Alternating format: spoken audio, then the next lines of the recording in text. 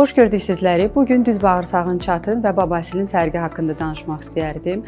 Babasildə böyük bayıra getdiyi zaman, yəni yumru elastik düyünlər bayıra çıxır və 4-cü dərəcə olduqları zaman təbii ki, daha düz bağırsaq geriyə dönmürlər, daimi çöldə qalırlar.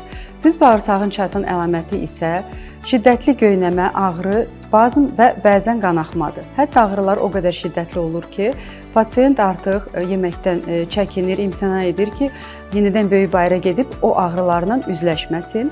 Və polip haqqında danışmaq istəyərdim. Pasiyentlərimizin çoxu babasili poliplə səhv salır. Polip bildiyiniz kimi xərçəngönü bir patologiyadır. Yəni hər bir polipin gələcəkdə xərçəngə çevrilmə ehtimalı olduğu üçün mütləq bir şəkildə götürülüb histoloji müayinəyə göndərilməlidir. Yəni özünüzdə hər hansı bir proktoloji problem ilə üzləşmisiniz, bir proktoloq mütəxəssisə müraciət etməyi məsləhət görürəm. Çünki yalnız həkim mütəxəssis tərəfindən düzgün diaqnoz qoyulub sizə lazımlı yardım göstərilə bilər. Özünüzə və öz yaxınlarınıza qarşı diqqətli olun.